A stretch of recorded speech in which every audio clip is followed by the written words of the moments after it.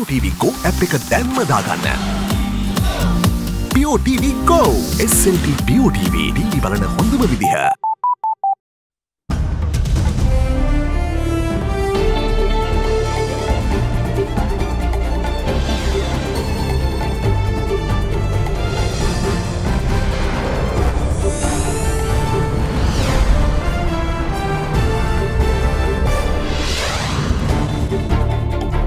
Making headlines tonight. Desperate plea.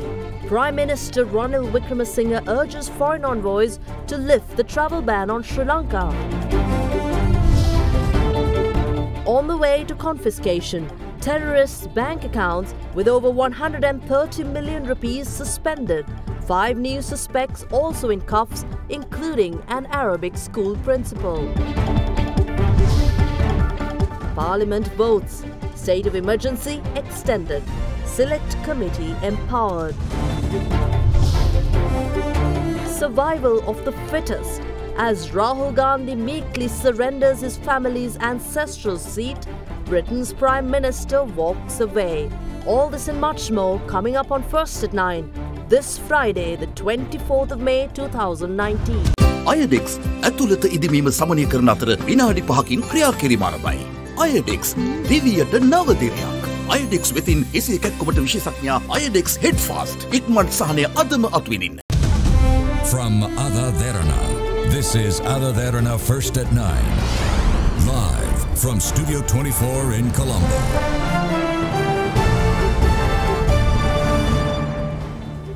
A warm welcome to First at 9. The government has decided to suspend 41 bank accounts with 134 million rupees belonging to suspects of the Easter Sunday terror attacks. In the meantime, police media spokesperson SP Ruan Gunasekara said that 5 more suspects with links to terrorism are now in cuffs. Among the suspects are a principal and 2 teachers of Arabic schools and a development officer. 5 more suspects who allegedly had connections with Easter Sunday terrorists were arrested in Horowpathana today. Police said that among them is the principal of the Lavava Arabic school as well as 2 teachers from separate Arabic schools. Furthermore, a development officer at the Horowpathana Divisional Secretariat is also among them. The police searched his place of duty as well as his residence. The suspects are currently being interrogated by the Horowpathana police under a 72-hour detention order. In the meantime, several hand grenades were discovered adjacent to the Dikhena Junior School last night by the school's security personnel. The incident prompted students to stay away from the school today. A special police operation was conducted at the school with the use of police canines. Following an order obtained from the Matuguma Magistrates Court, the grenades were disposed by the Army Bomb Disposal Unit.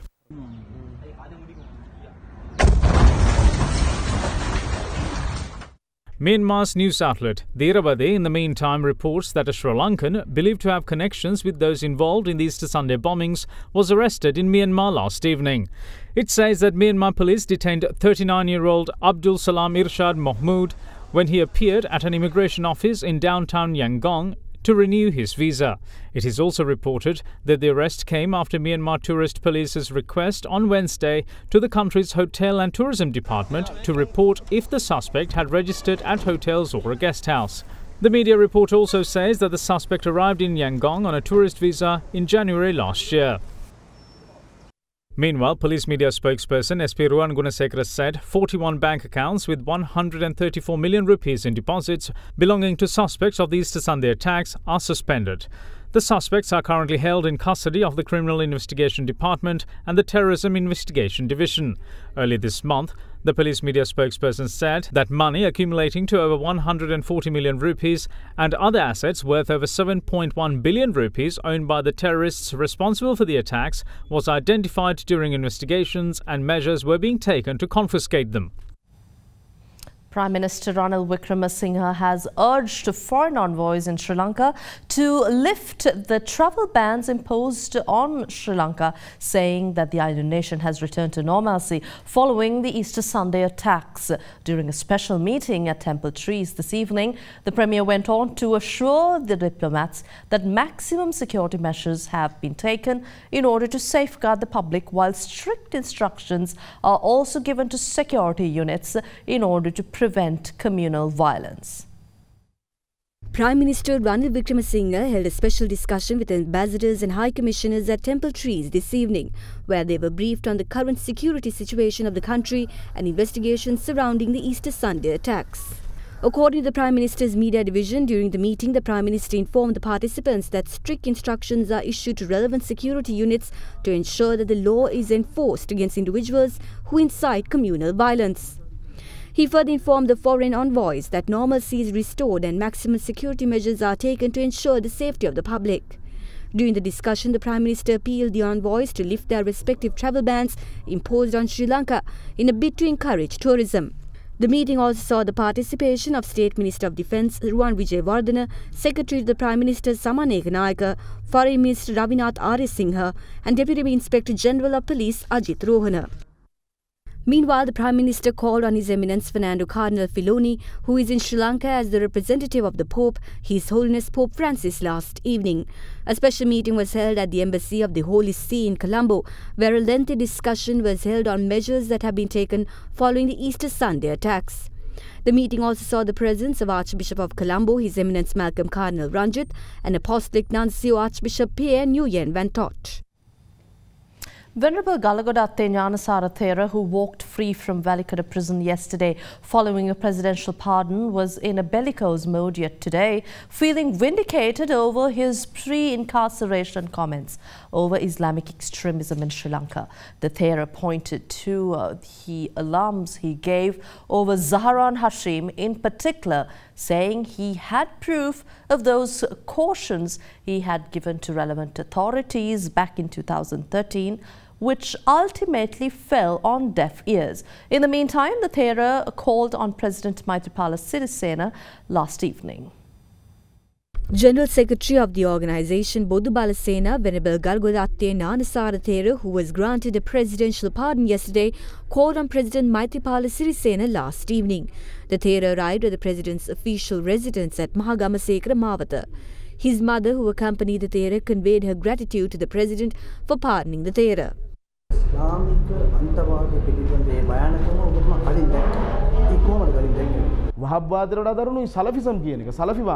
Salafism is more dangerous than Wahhabism. It was the Muslims who asked us to intervene and save them from these ideologies which are engulfing the Muslim community. They said that they cannot make utterances about it since they would be attacked or even killed.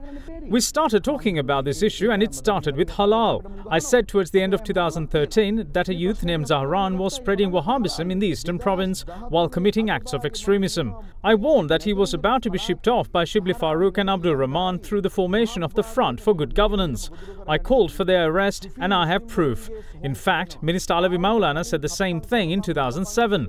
What is there to ask about burqas and niqabs from the Muslim community? This is our country, and there's no one with a backbone to utter those words. Politicians degenerated this country for their gain. When the rich blow themselves up in the name of God, what's the message that cascades down to the lower classes? Abdul Razik, meanwhile, is leading everyone astray, whilst being the brains behind everything. In the meantime, Sandhya Eknaligoda today lodged a complaint at the police headquarters stating that Gnanasara Thera's release poses a threat to her security. Well, former Minister Faisal Ashraf is of the view that talks of racism has gone from being a taboo to being a centerpiece of modern-day conversations. Addressing a conference organized by the Sri Lanka Communist Party yesterday, titled Global Terrorism and What We Must Do, she pointed to the dilution of the left as a possible cause for the rise in racist sentiment. Meanwhile, there was one particular theme which was present among most who addressed the conference, which was possible meddling by the United States in Sri Lanka. The US was the first country to use terrorism as a weapon. They imprisoned Saddam Hussein's military commanders and the current ISIS leader is one of them.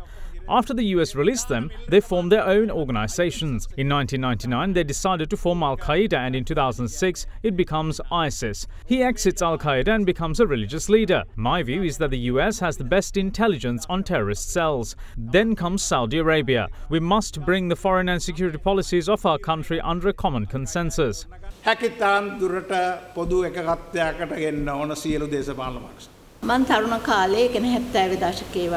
In the 70s, when I was young, racism was an ugly topic, and that was the case for a long time. But at present, racism has become the centerpiece of conversation, and talks of unity don't have much room. Back then, there was a clear left. I wonder whether leftist factions were diluted, which let racism rise. ඒ හින්දාද මේ ජාතිවාදය මේ විදිහට උඩට ආවේ කියන හැඟීමක් මට තිබුණා. කවදාවත් ව්‍යාපාරයක නායකයෙක් ගිහිල්ලා A leader never sacrifices himself, but if that is the case, it means there is another who is the real leader. That too should be probed. 8 different foreign intelligence units are in the country saying that they're here to help, but that's a ruse. They're here to conceal the roots of this attack. They're here to propagate the myth that this is global terrorism and pave way for their forces to enter Sri Lanka. ඒකට තමයි දොර අරින්නේ. 2007 Robert සහ ගෝඨාභය රාජපක්ෂ අත්සන් කරන අක්සා ගිවිසුම. The AXA agreement signed by Gotabaya Rajapaksa and Robert Blake in 2007 was brought forward by Ranil Wickremesinghe in 2017. The next step of this is the SOFA agreement. They're using this current situation to push us towards an agreement which enables US security forces to enter the country and act without hindrance. Meanwhile, the Counter-Terrorism Act is designed in a way which enables any action against the government to be interpreted as terrorism. Each time our national security fell apart, leading to wars, it was due to lack of national unity. And the developments at today's parliamentary session is coming up right after the short break.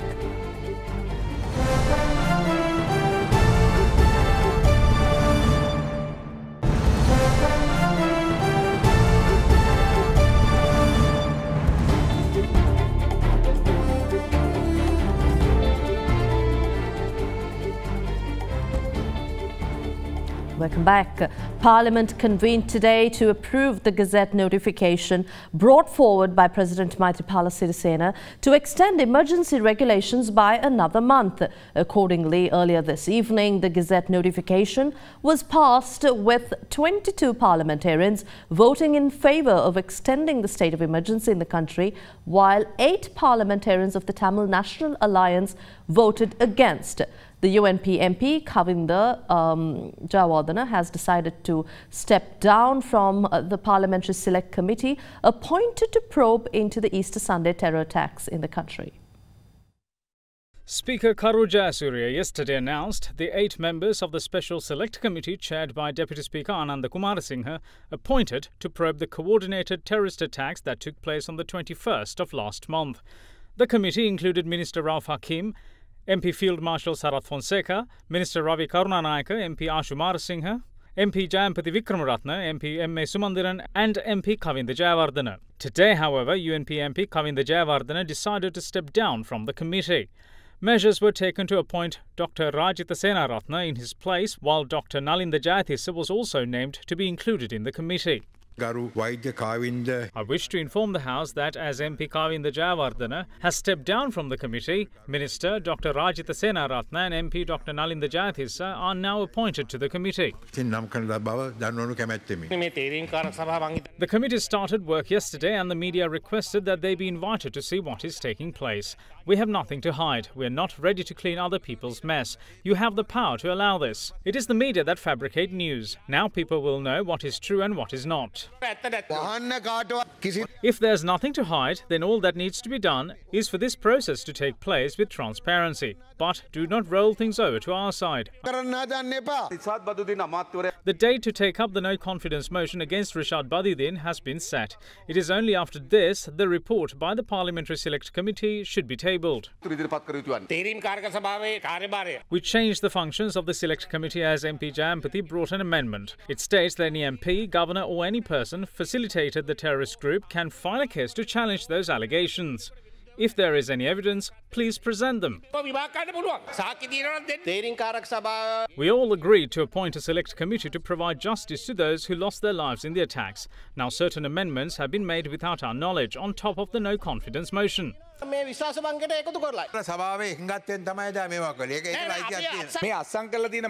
MPs place their signature only on what is presented in this document. So what the government is trying to do is to entangle other matters like Rashad Badiuddin's case into this document and then put the weight on the president so their hands are washed from this. We are calling this one a terrorist, we are calling that one a terrorist. Does the government or the opposition have any idea as to see whether these individuals are actually terrorists or not? It is only the police and the army who are capable of doing this. We are ready to support you if we are trying to find who is responsible for this in a just and a fair manner, not if it is the other way around. You have to change the structure of this select committee. If the number Opposition leader Mahinda Rajapaksa says that the joint opposition is sceptical of the motive behind the amendments made to the no-confidence motion against Minister Rashad Badiuddin. The opposition leader expressed his doubts while addressing media following a meeting with active members of the Sri Lanka Podujana Peramuna at the party headquarters.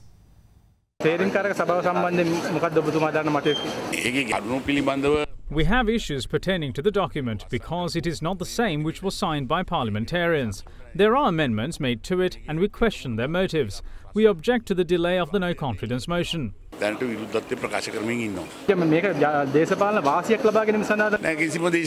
No, we don't have any benefit from this. We should clarify what the truth is because people have a stance.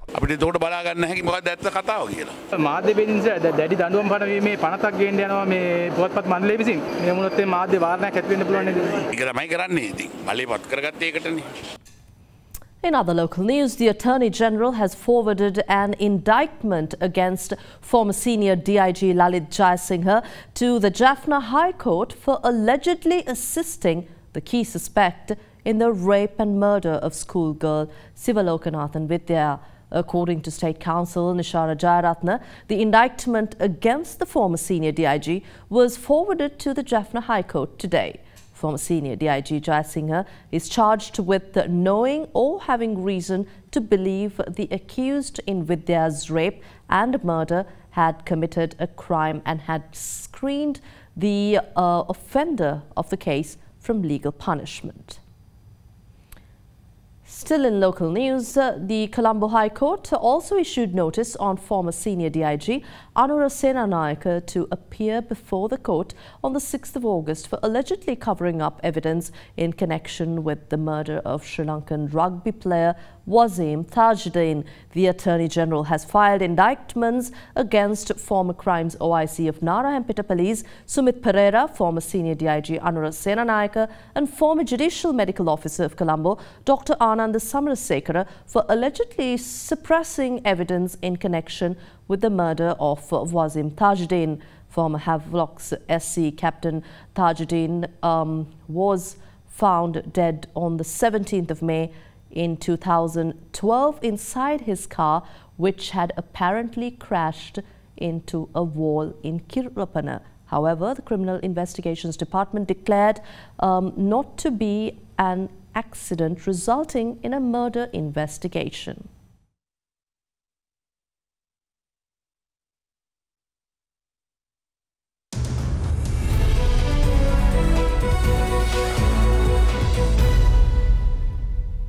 And the recent string of terror attacks affected major sectors in Sri Lankan economy, with tourism being the biggest casualty. The effects experienced in the fallout have been severe to the point that the government scrambled to provide the tourism sector with a relief package, with talks of a budgetary revision also in the air. Amidst this chaos, the country's tea industry, however, is thankfully unaffected. Speaking to First at 9, Chairman of the Sri Lanka Tea Board, Lucille Wijewardena, said that the tea sector remains resilient and is on course to reach its revenue target of $1.5 billion this year.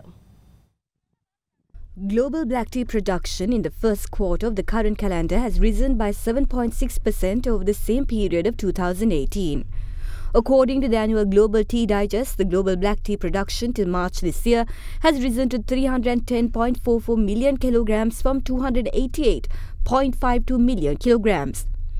As of now, Kenya tops the production table with an output of 106.29 million kilograms, with India coming in second place at 103.61 million kilograms. Sri Lanka, however, came a distant third with a production of 76.81 million kilograms, up 4.04% over last year's 73.83 million kilograms. Speaking to First at 9, Chairman of the Sri Lanka Tea Board, Lucille Vijayawardene spoke on the expected crop output by the end of the year.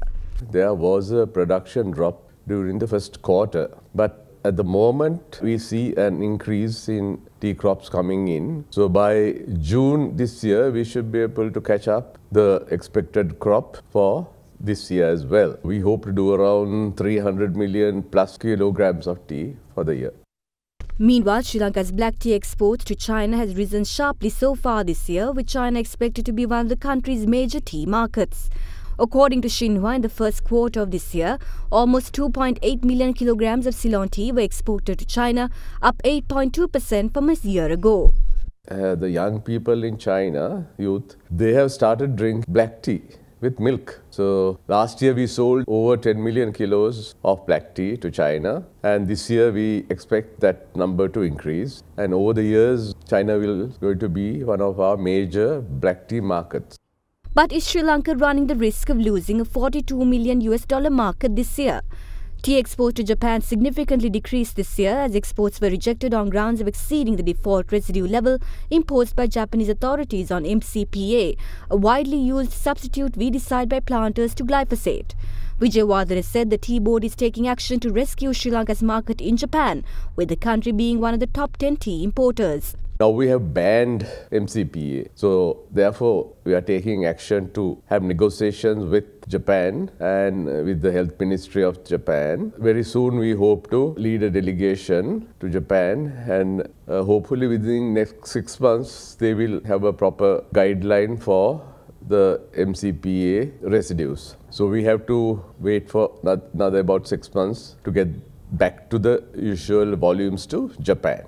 He went on to say that the tea board forecast a revenue of $1.5 billion this year, with a global campaign set to launch in 12 countries to boost sales of Ceylon tea.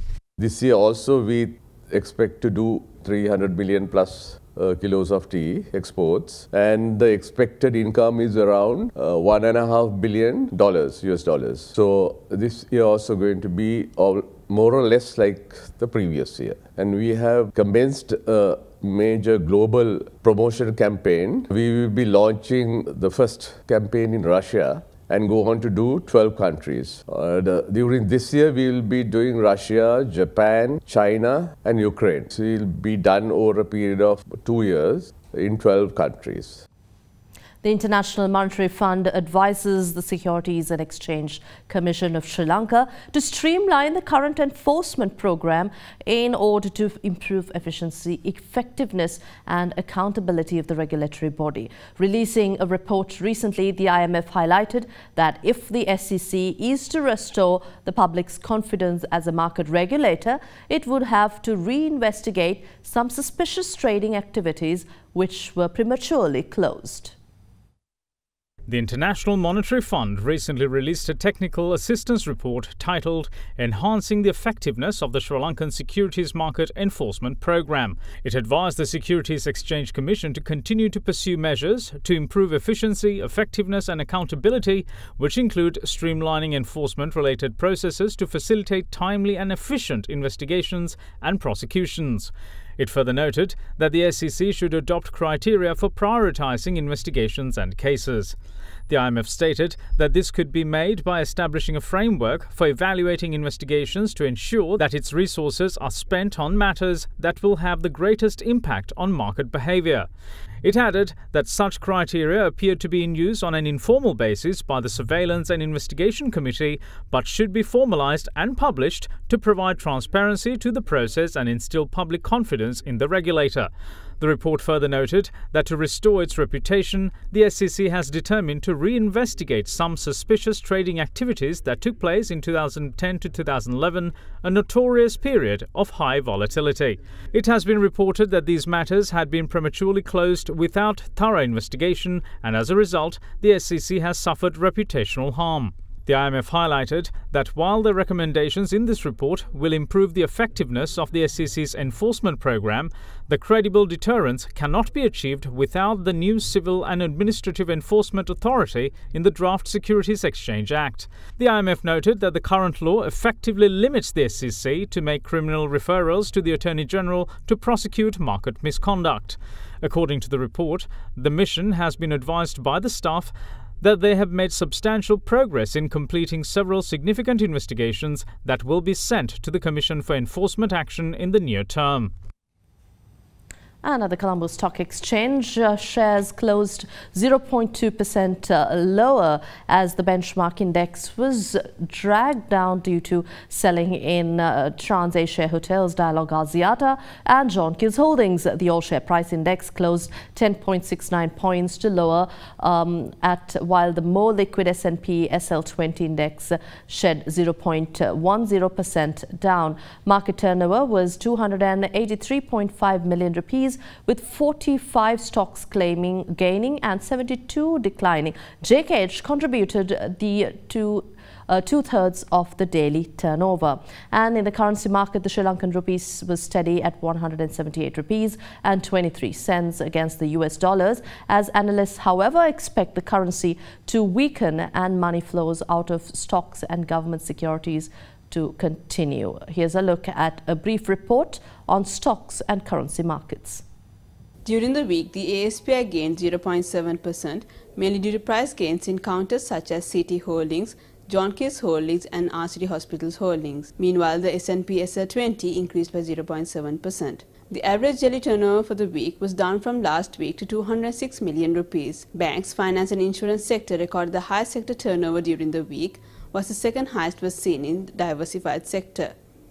Furthermore, foreigners closed as net sellers, where foreign sales accounted for 30% of the total weekly turnover.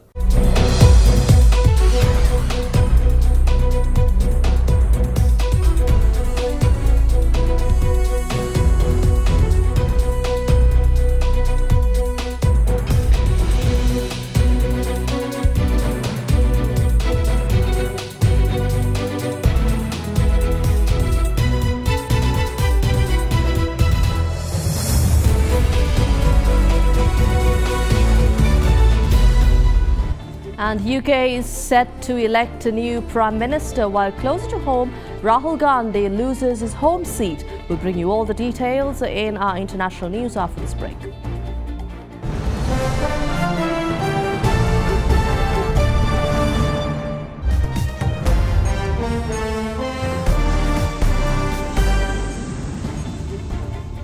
In international news, fighting back tears, British Prime Minister Theresa May announced her resignation from premiership today, triggering a contest that will bring a new leader to power who is likely to push for a more decisive Brexit divorce deal. May's departure will deepen the Brexit crisis, as a new leader is likely to want a more decisive split, raising the chances of a confrontation with the European Union and a potentially unpredictable snap parliamentary election. Setting out a timetable for her departure, May said that she will resign as Conservative Party leader on the 7th of June, with a leadership contest beginning the following week.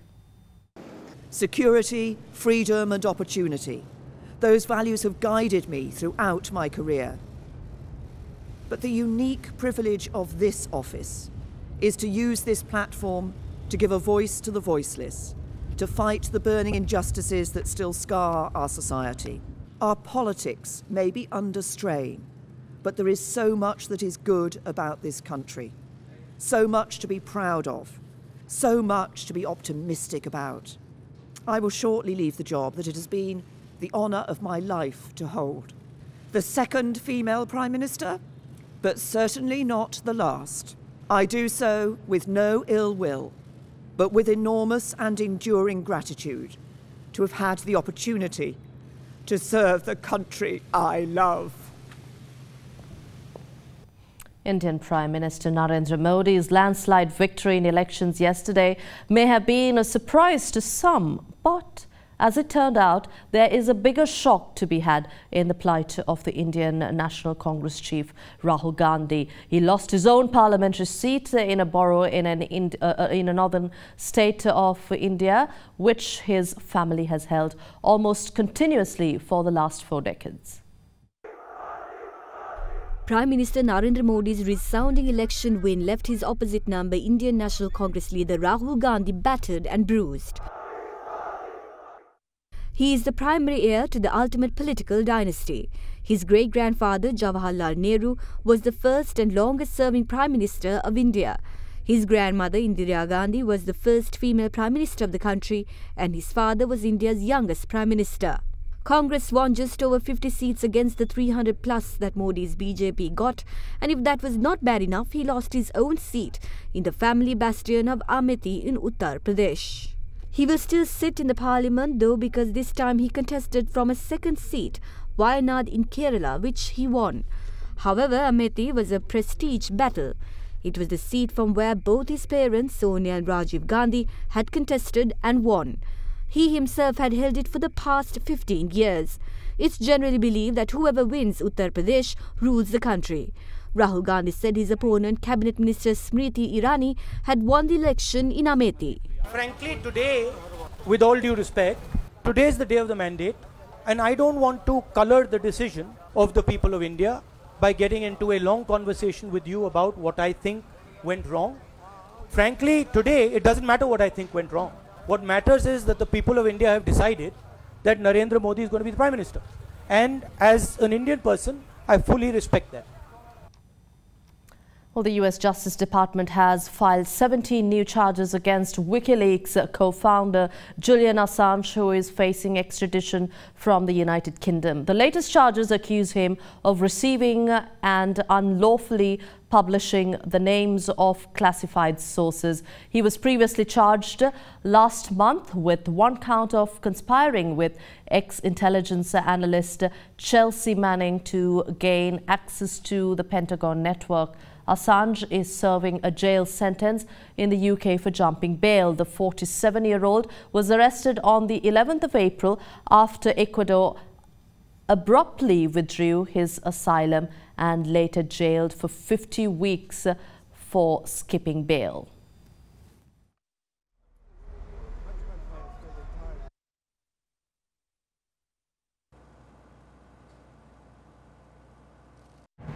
Well, that wraps up tonight's edition of First at 9. Thank you for joining us. Have a pleasant evening. Good night.